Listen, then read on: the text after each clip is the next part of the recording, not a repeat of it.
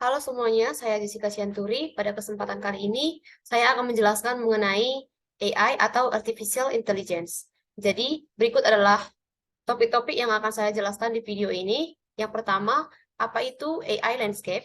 Yang kedua, machine learning versus traditional approach. Yang ketiga, AI project life cycle. Yang pertama, mengenai definisi AI landscape.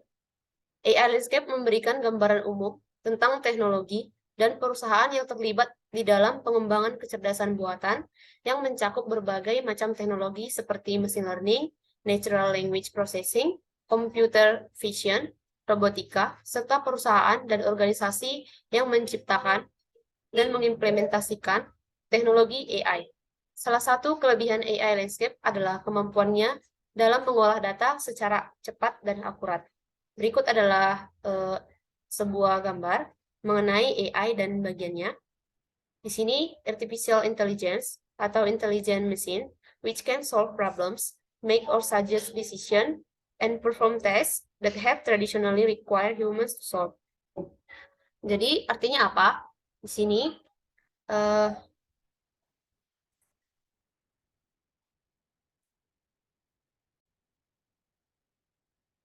Nah, dalam konteks ini, AI dapat membantu memecahkan masalah atau membuat saran atau keputusan dan melakukan tugas yang sebelumnya hanya bisa dilakukan oleh manusia.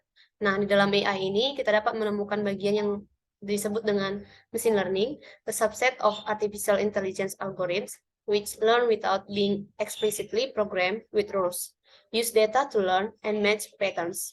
Nah, machine learning ini adalah salah satu subset dari AI yang memungkinkan mesin untuk belajar dari data tanpa harus eksplisit diprogram dengan aturan dan peraturan yang tertentu. Nah, daripada menggunakan aturan dan peraturan tertentu, kita hanya perlu memberikan data yang relevan dan si machine learning ini akan belajar dari data tersebut dan menemukan pola-pola atau keteraturan yang terkandung di dalamnya. Kemudian ada juga bagian dari machine learning yaitu deep learning atau neural nets. A subset of machine learning uses a deep neural network atau disingkat dengan DNN, effective at a variety of tests, example image classification, speech recognition.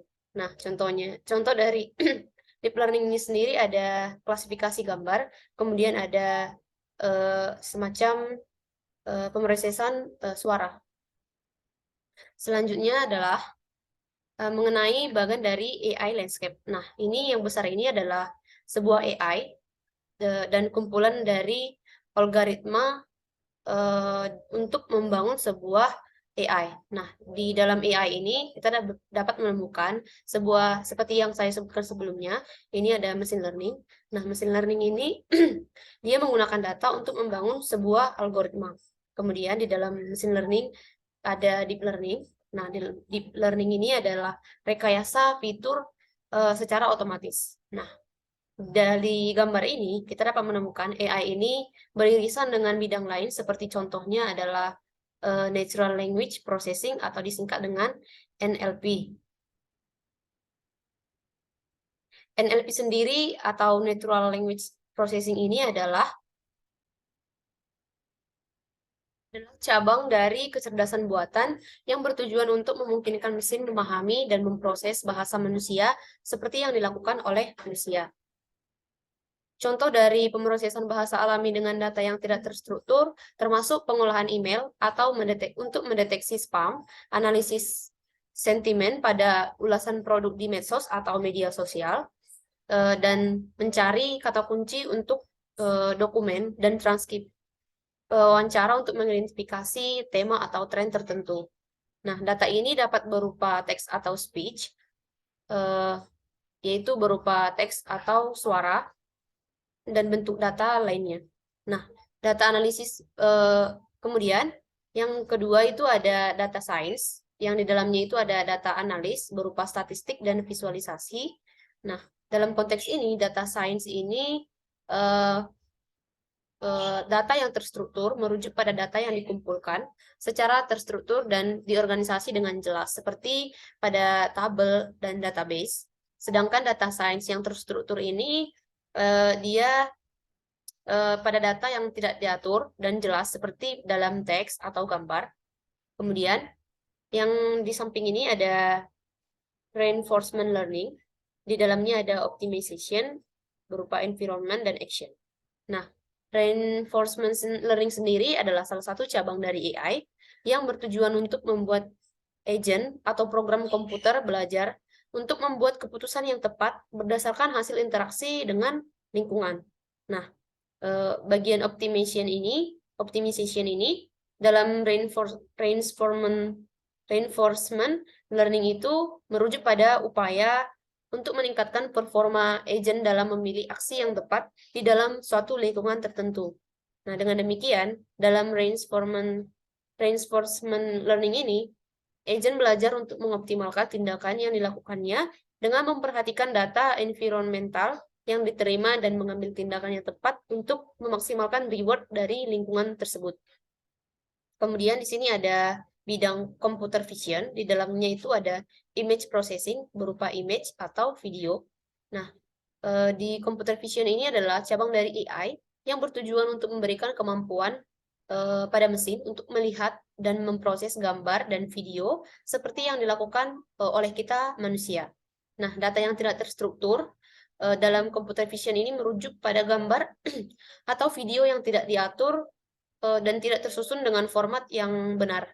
Contohnya itu data ini berupa gambar atau video yang diambil dari berbagai sumber dan dapat memiliki variasi di dalam ukuran, resolusi, format, ataupun pencahayaan.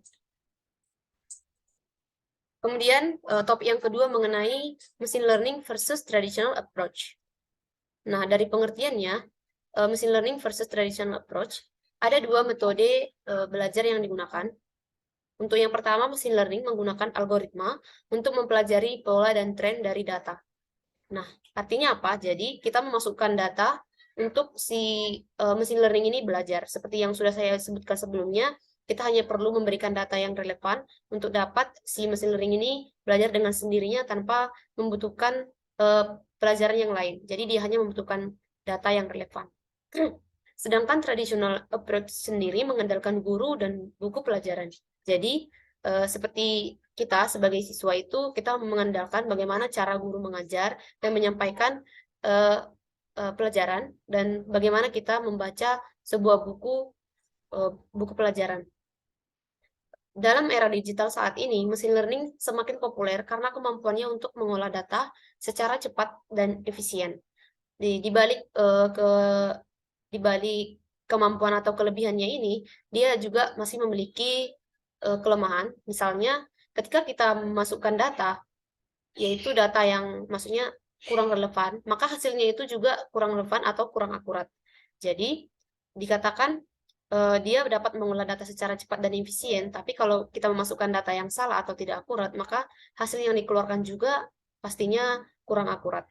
Namun, masih ada banyak yang mempertahankan traditional approach karena kepercayaan mereka pada interaksi manusia dan metode pengajaran yang terbukti selama bertahun-tahun. Artinya, ketika kita belajar dengan guru secara langsung, itu pengalaman yang kita dapat itu pasti berbeda. Jadi, ketika guru secara langsung mengajar pada kita dapat langsung bertanya mengenai topik-topik tertentu, mengenai pelajaran yang sebelumnya diajarkan. Tetapi, kalau misalnya mengenai kelemahannya, dia itu misalnya banyak siswa yang mau bertanya, pasti tidak semuanya dapat kebagian dalam bertanya atau menyampaikan hal yang mau disampaikan kepada guru tersebut. Nah, ini dia contoh dari flowchart mengenai machine learning versus traditional approach dalam menyelesaikan sebuah tugas tertentu. Nah, di bagian traditional approach ini ada study the problem tahap pertama. Jadi tahap pertama dalam pendekatan ini adalah mempelajari masalah atau kebutuhan yang harus diselesaikan. Pada tahap ini, informasi dan data yang relevan dikumpulkan untuk memahami masalah atau kebutuhan yang harus diselesaikan. Kemudian ada with rules. Setelah mempelajari masalah atau kebutuhan, tahap selanjutnya adalah menentukan aturan atau metode yang akan digunakan untuk menyelesaikan masalah tersebut. Pada tahap ini mungkin dibutuhkan semacam teknik atau algoritma untuk menentukan aturan dan metode yang sesuai untuk menyelesaikan masalah yang sebelumnya ada. Nah, kemudian setelah aturan dan metodenya ditetapkan, Maka tahap selanjutnya adalah mengevaluasi atau menguji hasil dari menerapkan aturan yang sudah ada sebelumnya. Jadi evaluasi ini dilakukan untuk memastikan bahwa aturan atau metode yang digunakan sebelumnya itu dapat menyelesaikan masalah dan memenuhi kebutuhan yang ditetapkan. Kemudian di bagian setelah dievaluasi, maka akan menemukan hasil untuk menerapkan. Jika hasil evaluasinya memuaskan, maka tahap selanjutnya adalah meluncurkan atau menerapkan aturan atau metode yang telah ditentukan untuk menyelesaikan masalah tersebut.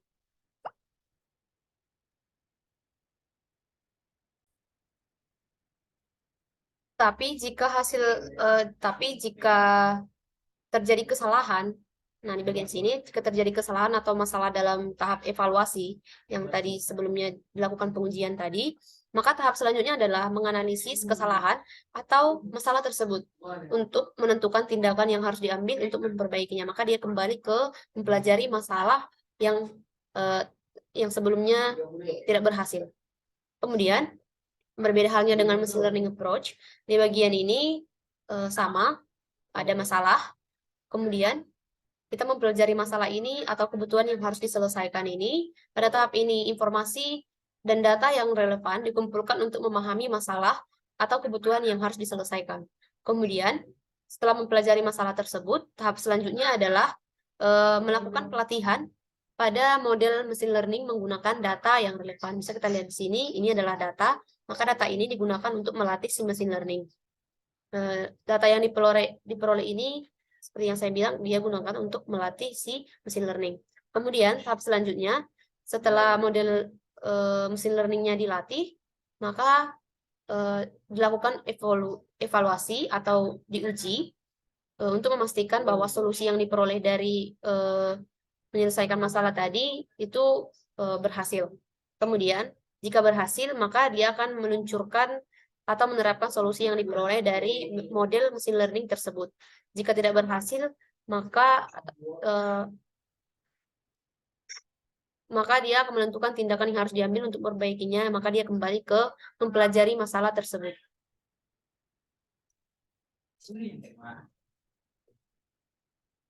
Selanjutnya mengenai topik AI Project Life Cycle. AI Project Life Cycle atau siklus hidup dari AI.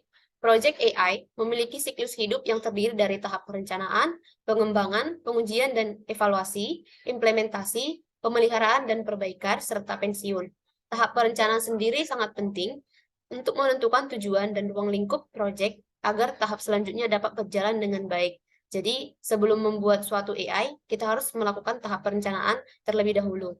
Kemudian selanjutnya, tim pengembang membuat model AI yang sesuai dengan tujuan proyek dan dilakukan pengujian dan evaluasi sebelum ditetapkan dalam lingkungan produksi. Nah, setelah direncanakan, maka kita dapat membuat model AI yang sesuai dengan tujuan proyek. Setelah itu dievaluasi untuk menguji apakah hasil modelnya itu sesuai dengan masalah atau perencanaan yang mau direncanakan. Setelah diimplementasikan, model AI perlu dipelihara dan diperbaiki secara berkala agar tetap berjalan dengan baik. Jadi tidak hanya membuat modelnya saja, kita juga perlu untuk memelihara dan memperbaikinya supaya prosesnya itu berjalan dengan baik.